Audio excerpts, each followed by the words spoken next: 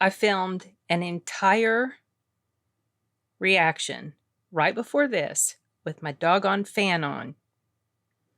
I'd been doing so good and turned that stupid fan on before I was recording and completely forgot to turn it off. Well, okay, it's off now. So, back to Ozzy Man Reviews. He so far has 5 parts to this series, so I know there's going to be at least 1 or 2 more coming. And it appears to me that in this one, he's definitely going to be getting into Amber Heard's testimony. This is what I have been waiting for since I started watching this series of his. So let's just jump right into it and see what he thinks about her terrible performance on stand. Welcome back, day 14. We open on Johnny's lawyers cross-examining the defence's version of Dr. Curry. She's like, yeah, I left some sections blank on Amber's PTSD assessment form, but don't worry about it. No big deal. I kind of think Johnny's lawyers make her testimony seem well-rounded now. They didn't go insanely aggressive. Just let her talk and think about her credibility in your own time. Okay, second half of the day, Amber's up.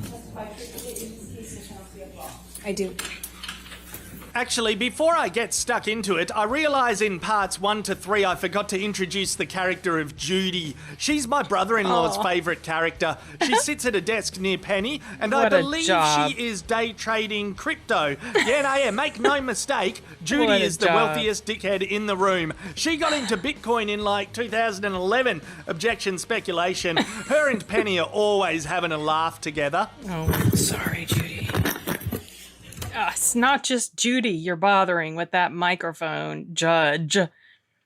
Because when I listen to it, because I watch Wakanda Law, primarily that's who I'm watching. Because I like his analysis and everything. And there are so many others that you can watch. But I've watched his stuff for quite a while now. And so I just gravitate towards his channel. And when she moves that microphone, holy cow, your eardrums about bust out. I don't know why she hasn't learned how to turn down the gain. Okay, let's proceed. It's been that kind of day. Classic courtroom humour. Amber is like, I've been in loads of movies. Zombieland, that's a cool movie. Sincerely, it is. I was in Pineapple Express with Franco, James Franco. If any of you know who James is, you know, yeah. No, don't worry about him right now. Actually, did you know he cut his own arm off in the movie 127 Hours? I don't know. I like mutilated men. Okay, whoa, but seriously, I'll stop being a distasteful fucking wanker. She talks about meeting Johnny, falling in love with him. I reckon that checks out, yeah. Johnny called me himself on my cell phone. You got it, kid. He's even better than I could have imagined him to be, which is saying something. She then says he drinks lots of tea. There's a real emphasis on I don't tea get for some that reason. when she did that. Oh, this is Johnny's second day in a row of having infinite boogies. He showed lots of affection. He bought me lots of cool stuff. He bought my dad a horse. And then one night in late 2012, I asked about Winona Ryder, and game over. Alrighty, serious voice again. From this point on till the end of the day, it is intense. I'll cover it in my review section in the second half of this video. Okay, yeah, day 15, or one of the days before. I don't know, the usual spectacle. He's given a briefcase. What the fuck is in the briefcase? Someone's internet research on Amber, probably. Day 15 is actually ruthless. Johnny's lawyer, Camille, at the back, has a zero tolerance hearsay and speculation policy. He would not remember what he had done. Calls for speculation. How can that call for speculation? I'll sustain the objection. And if... Calls for speculation. Camille was awesome. She can say why she did it and what she thought. But that last part called for speculation. I'll sustain the objection. Don't say, I knew. Objection non-responsive. I don't think it's non-responsive. She's explaining. And that attorney, Elaine, argues with the judge. The judge makes her decision whether she sustains the objection or overrules it. And Elaine will argue with her about it if it doesn't go her way. She argues. And sometimes she'll keep it up. It's crazy. Oh, this trial. Both kind of under their breath asked me, are you okay? Objection, hearsay. I spent the rest of the time looking out of the window. The objection. Explaining or objection non-responsive. She's telling the story, Your Honor. She's telling the story. Wow, not the best wording story. from her lawyer. Objection, Your Honor, non-responsive. I'll sustain the objection. Hotel staff had been sent up to the room because Johnny... Objection calls for hearsay and speculation. I'll sustain the objection. So Objection, hearsay. Okay, I'll sustain the objection. I love seeing it all and compiled it like wouldn't this. put him under because of all the coke. So, Objection, Your Honor, hearsay. All right, I'll sustain as to the Foundation. last part. Okay. All right. saying, what am I going to do? Can you Objection, Your believe Honor, this? hearsay. Sorry. All right. Yeah, so I remember when Amber's direct was still going on, and I'm listening to it, and Camille's doing all these objections, and she was just like, the last portion of Amber's direct, I think her entire direct was just a mess. But that last portion, like the last half of it, was just, Camille was just hammering at those objections, and it didn't go well. And then the cross started right after that, and the cross started off with a bang. And there was only like an hour and a half left of court when the cross started, and then it finished up the next day. Sustain. I don't know. That wasn't offered to prove the truth of the matter. I'll sustain The tooth of the I'll matter? sustain the objection. Okay, so Mum's friend, you gotta stop arguing with Penny. You're not the judge, mate. My friend saying, oh my God, oh my Objection, God. Your Honor, hearsay. Sustain. And you know it just pisses Amber off so much to have to go against someone who is pretty, because Camille's quite cute. I think she's attractive. To go up against someone pretty and smart. Amber thinks she's smart, but she's so not smart. And her performance on the stand, I don't know who she thought she was winning over. I mean, I like I said, it will shock the hell out of me if the jury bought into this stuff she was saying about the physical abuse. And especially because the way she was performing, it just did not ring true at all. So, really looking forward to what Ozzy thinks about the cross. Maybe he'll get into it here. I don't know. okay, Sustain the it's not objection. offered to prove the truth of the matter, but Sustain. because she didn't have an accident. But, Your Honor. All right. I'll sustain the objection. Okay. Yeah, no, Camille's it like, is Your a Honor. shit show again from Amber's lawyers, I reckon. You know what? By this stage, I feel like my video requires the review section more than my comical recap section. So let's get to the proper critical analysis right now, Hey, you you did get legends. to it sooner. Okay. I'm a bit drained. I'm tired, guys. Like, that's one feeling I know lot I of can instantly stuff he's tap watching. into and articulate after watching hours of Amber tell her side of the story. I don't know. In a roundabout way, like I said in part one, the easiest viewpoint is to jeez. go, well, Her face. they're both fucked. They brought out the worst in each other. Super duper toxic combination of personalities. Move it along. I am well aware of how that can sound like a cop-out, though. You want me to roast Amber. You want me to roast Amber. I get it. Especially if Johnny Fairdincum lost a finger from Amber throwing vodka bottles. That's not something you downplay and let someone off the hook for and be neutral about it. It's horrendous. You can't say, oh, well, they were both bad, if that's the God-honest truth. They both said some not nice things to each other. That is true. The problem is the physical abuse. There's no clear indication that he committed physical abuse against her or the other type of abuse she was talking about involving a Maker's Mark bottle. Jeez. But it's very clear that she initiated physical violence against him. And the problem is because she came out and she wrote this article and caused him financial harm, reputational damage. This is the whole reason for the lawsuit. And Johnny, being the private person that he is, knew that all this stuff, all this negative stuff about him was going to come out, about his substance abuse and his other issues and things like that. He knew that. But it was important enough to him that the truth of what really happened come out. And so that's why he brought this lawsuit. And I'm glad he did. I know it cannot be easy for him to have to sit through retellings of some of his bad behavior. But, mouthing off, being ugly to somebody, that type of, emotional or verbal sort of attack against a person, that's one thing. And they both were doing that. I think a lot of it was the core of it. I think it was really initiated by her. And then he kind of rose to, he met that in her, he met that aggression with his own aggression verbally. That's one thing. It's a whole other thing to be claiming that somebody did all these vile physical things to you. That's a whole other level. And that's the crux of the matter here. That's the whole point of this lawsuit. And we're finding out, well, those of us who paid attention knew this anyway, but now the rest of the public or whoever's watching this is now finding out that she was much worse than him with regard to their relationship. They were not good for each other. Not at all. And I'm sure he regrets to this day that he ever hooked up with her. I regret it for him. It did not do him any favors. Of what happened. I'm just saying you could spend 10 minutes on this topic and go, oh, they both bloody got stuck into each other verbally, emotionally, physically. Or you could spend 100 hours on this topic, as I'm finding out, and still go, they both bloody got stuck into each other.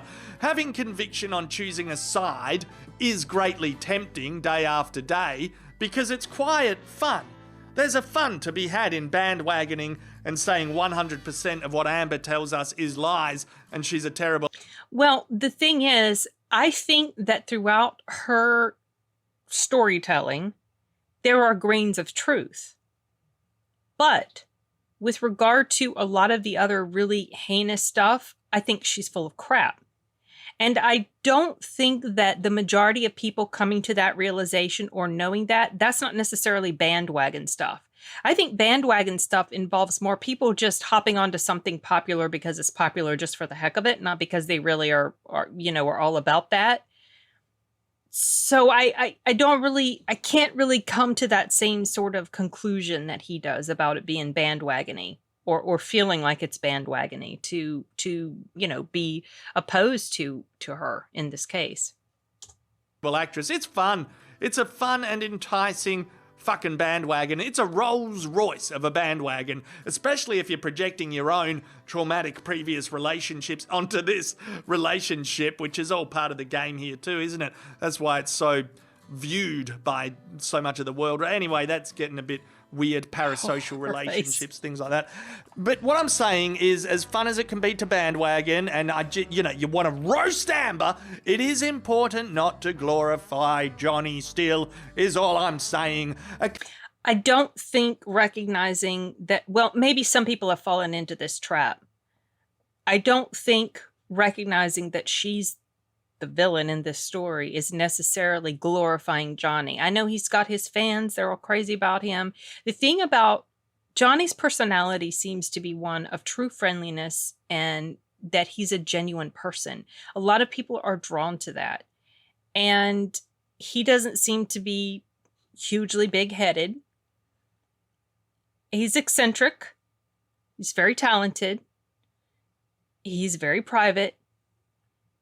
But he seems to be, at the core of his being, he seems to be a genuinely good human being, And I can't find many redeeming qualities about Amber Heard. I really can't. And that's just because of, how toxic she is. And like I've indicated, I had someone very similar to this in my own family. And it's very difficult for me to find positive things to say about people that are so horrendous. And I feel like she's one of these types of people. And to me, this trial feels like a really big deal because of things that are at stake that are beyond just Johnny Depp. The whole thing about men's rights, abuse against men, how men are scorned and mistreated, and this sexist attitude that's prevalent against men in society when it comes to things like physical abuse and how many men have been conditioned to just accept that sort of thing or walk away from it, never hit a woman. And on top of that, we've got the whole believe all women nonsense and the Me Too nonsense. And so I feel like this is helping to shine a light on that double standard and that just disgusting sexist viewpoint that is very prevalent when it comes to men and women relationships and abuse and things like that. So for me, I feel very invested in this case for more than just the celebrity aspect of it, because it feels like there's so much more at stake. So, okay. A couple of audio recordings with him not disputing violence have been left pretty open-ended. I keep thinking about those every couple of days. No one really addressed them that thoroughly. I fucked up and cried in my bedroom after I had dumped you a fucking week prior. A fucking week prior after you beat the shit out of me. And then a week later you show up at my doorstep in my room saying you want to say goodbye. Well, yes you do, because you wouldn't have used that as a way to hit me. I was pouring my heart out to you. What do you do? I agree. But her using terms like that, she'd say things like you hit me, or like in that case, or stop pushing me against the wall, stop poking me, stop doing this. She's talking in metaphors. Is what, like, she's very, very exaggerated. Like, you're killing me, Johnny, you're killing me. It's like that sort of thing. Very, very exaggerated and dramatic. And so when she was using those words in the context of the whole conversation, it became very clear that she's not really talking about physically. You didn't like, she's not talking about him physically slamming her against a wall or hitting her against a wall. She's talking about this, this figurative wall in their or whatever, you can pick that up when you're listening to it. So, I mean, that seems pretty evident to me. Sounds like he took it in the way that I guess her team was hoping the jury would take it. We'll see what happens. It can definitely feel like there's simply only hearsay and speculation evidence against him, however. Look, he's a charming motherfucker and it's so engaging watching him for hours. It truly is. I'm happy to have some space against him, however. Look, he's a charming motherfucker and it's so engaging watching him for hours. It truly is. I'm happy to have some space coming up for the next week, though. I'm a bit happy about that. Proceed with caution is a good idea overall, is my viewpoint there. I get the Amber bad vibes. Don't get me wrong, I get them. My spidey senses tingle when listening to her, okay? It's been like that for years. There's so much of this case that's not new. It's presented in a new format, is all. The 2016 depositions from each of them have been around and fascinating to watch for a long time. The audio recordings on the incredibly average YouTube channel have been out for years. So he didn't go into this not knowing anything. Okay. I assumed that of him in the previous video, I think. For a long time, there's been an unsettling collective human instinct that you get when watching Amber be so intense, yet you somehow feel disconnected from her emotion. I'd say that's the feeling that triggers a lot of us to go, wow, she is putting on a show, like that. That's the feeling, I think. Look, it's a good thing the end result will not be up to the court of public opinion, because, guys, in the last 24 hours, there's been some shady as fuck things going round. Amber was not quoting the talented Mr. Ripley. Simmer down. I've edited hours of this footage. Right. She wasn't. But I remember when she was talking about the portion of her testimony that she was talking about stuff. And I remember listening to her. I think this is where they got this idea from. The way she was describing stuff, I was like, wow, that sounds like something that would have come out of a movie.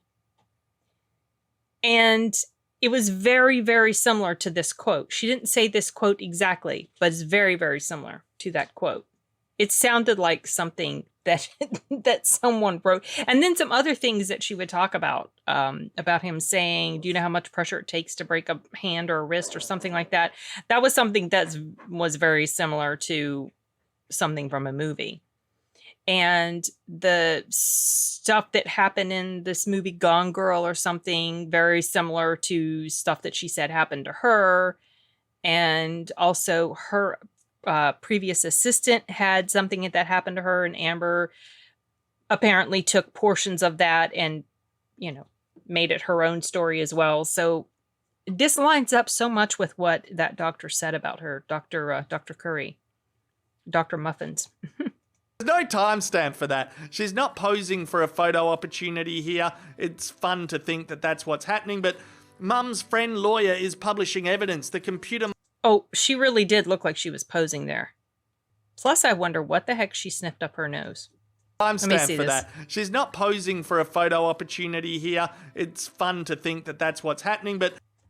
Oh, she really did seem like she was. You see him look. You see her him look. You see her look. Pauses the flash, and then she proceeds with wiping her nose. So I'm not sure why he doesn't see that, because I've watched that many times. She's not posing for a photo opportunity here. It's fun to think that that's what's happening, but Mum's friend lawyer is publishing evidence. The computer monitors flicker before turning on. Johnny's face lights up to everyone. Oh, yes, that's true. It does. I did notice that as well, but she still does look like she's posing. She still does look like she's posing. And there are cameras in the courtroom.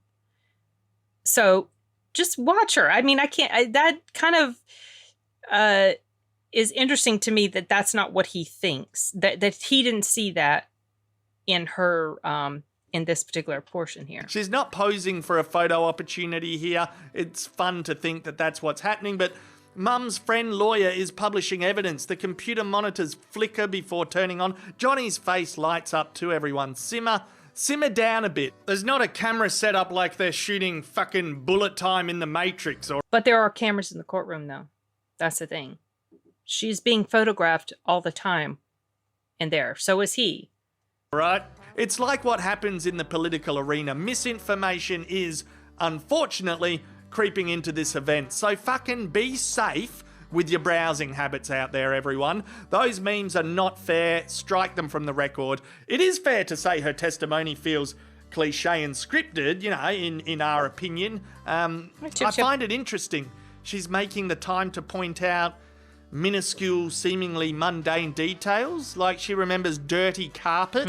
There's an emphasis on that in that first instance where she was hit. She remembers her breath on a car window. Yeah. She pays attention to a light when cavity searched in a trailer. But then she forgets certain sequences of events during this horrific 3-day ordeal she goes through. She's got such memory for details that don't matter, but she can't really clearly remember certain things that happen during this time he was doing all sorts of horrible things to her.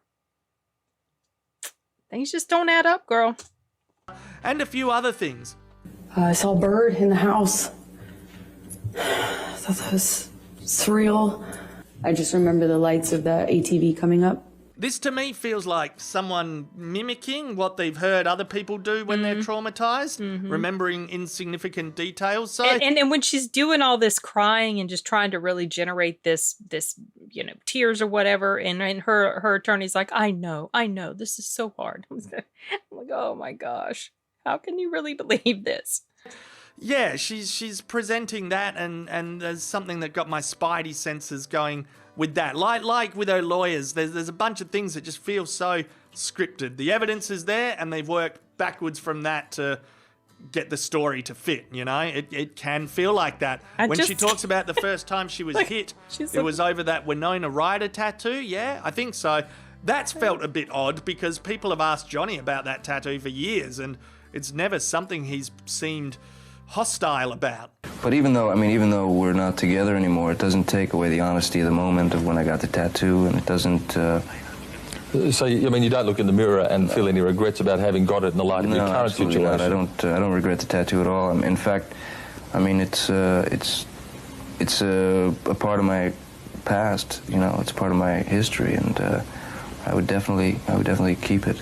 I mean, I could add things to it. I could subtract. I could make it wino forever. But yeah, what he look, did, for I me to go think. through every detail with you like this based on her testimony will go for just hours, and I've got a life too, you legends. I gotta get home right now. I've got a child and shit.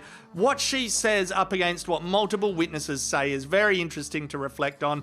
I'll put some links in the post description below to resources that are helpful. I am wondering if Johnny's lawyers will bring up all the stuff people on the internet have talked about for years. Her lawyers addressed one of them. Bloody Mum's friend addressed one, the James Corden show, which, you know, she was a guest on the day after horrific abuse supposedly where took she place. supposedly had like black eyes, broken nose, all sorts of injuries to her body.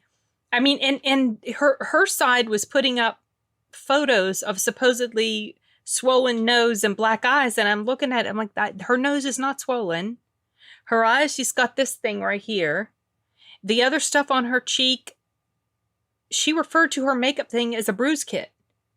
And then she caught herself. That wasn't the first time she slipped up either. And some girl on TikTok showed what you do with a bruise kit. And she did this stuff and she made her face look like very similar to the sorts of injuries that we see on Amber's face. Photos in Tokyo of the backless dress after her back supposedly sustained injuries. The Met Gala after physical abuse. With Rolling Stones crew after physical abuse. What she says being able to hold up against all of these tangible pieces of evidence is going to be the key for the jury. That's going to be the key. Yeah, it will, because amazingly, she never took pictures of herself after these horrific injuries, like immediately after. She says she took those a few days later, and that's why the bruises looked better. You don't recover that quick from the types of injuries she had, and she never took pictures of them like immediately after. And this is a woman who photographs herself all the time. It just doesn't add up. It just does not add up at all. For them to think about. Anyway, I'm happy to have a week off from this. I am a bit. I might just keep it to a part 5 and 6 later in the month when it gets back into action in the court. I don't know, there's I'm thinking probably about be it 6 total. because you do start to feel a little mentally nuts yourself going into this shit show too much. So look, cheers everyone, and Destination Fucked commentary coming up next. That's what I'm going to do. All right, good night. I'm fucking off home. Good night. Oh, wait, nah, bloody shameless plug for legal t-shirts now that we're... All right, it's over. I like this idea for these legal t-shirts. That's pretty cool. And I like how he inserts that in his commentary as well. I was showing my mom the first 3 parts of this today because I didn't watch number 4 until just now. So looking forward to 5. Looks like 5 will cover her cross. And 6, I'm guessing 6 will probably maybe cover the last week. I don't know. He might be able to squeeze out a 7. But I don't know. I guess we'll see. 6 is a nice even number, but 7's a cool number too.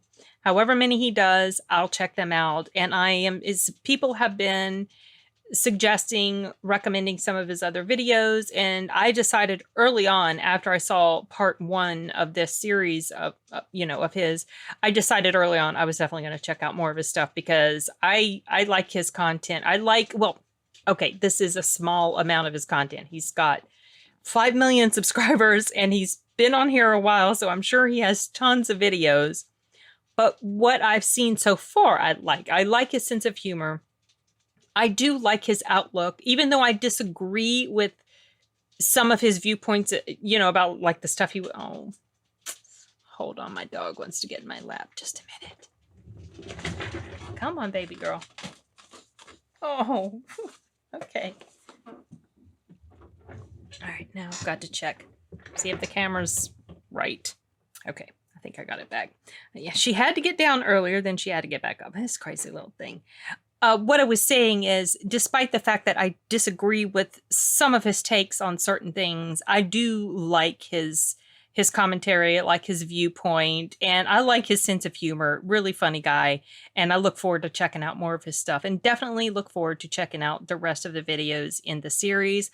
I don't know when I'll get around to 6. We're heading into the last week now, so I'll check out 6 early on. Don't know when 7 will. 7 might not even come out until the case is over, because it is a lot of stuff he's got to go through. And if he's watching every single moment of this thing, he is putting in a lot of hours. He might be fast. Some of the stuff that has been put on has just been so boring. And the stuff that was put on the last day that they had court, I think I might have mentioned this in the previous video, was just like not helpful to Amber Heard's case at all. And it felt like an entire day wasted, because all it did was make Johnny Depp look better, not Amber Heard. And I don't know how much of that he really sits through. These boring video depositions. Some of them are funnier. Some of them are more entertaining than others, but for the most part, video depositions are very stale. So it's a lot of stuff he has to sort through. I'm sure he will be very glad when this case is over. And closing arguments are going to be Friday, and then the jury will go into deliberation. Rekieta Law is doing a 24-hour stream. I think he's maybe wondering, or I guess he's going to see if the jury comes back within, 24 hours. I'm assuming they're going to work through the weekend. I know the judge would like this thing to be over by Memorial Day, or at least for the jury to have it by Memorial Day, which is a week from tomorrow.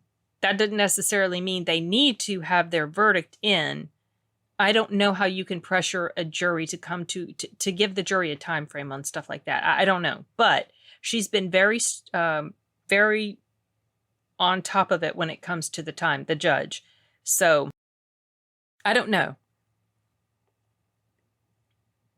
I don't know how many in the jury have made up their mind already. It's been very interesting to listen to some of the people that have been in the courtroom that have just, their focus has been watching the jury and trying to give us a little insights into as to what the jury thinks. And that's been quite interesting. But who knows? I think it's a slam dunk, but the jury may feel differently. I guess we'll see. Anyway, a week from now, this thing might actually be over. Or it might bleed into the week after that. We'll see. Okay, I don't have anything else, and I think I need to. I'm going to wrap this up, and we'll see you guys later. Adios.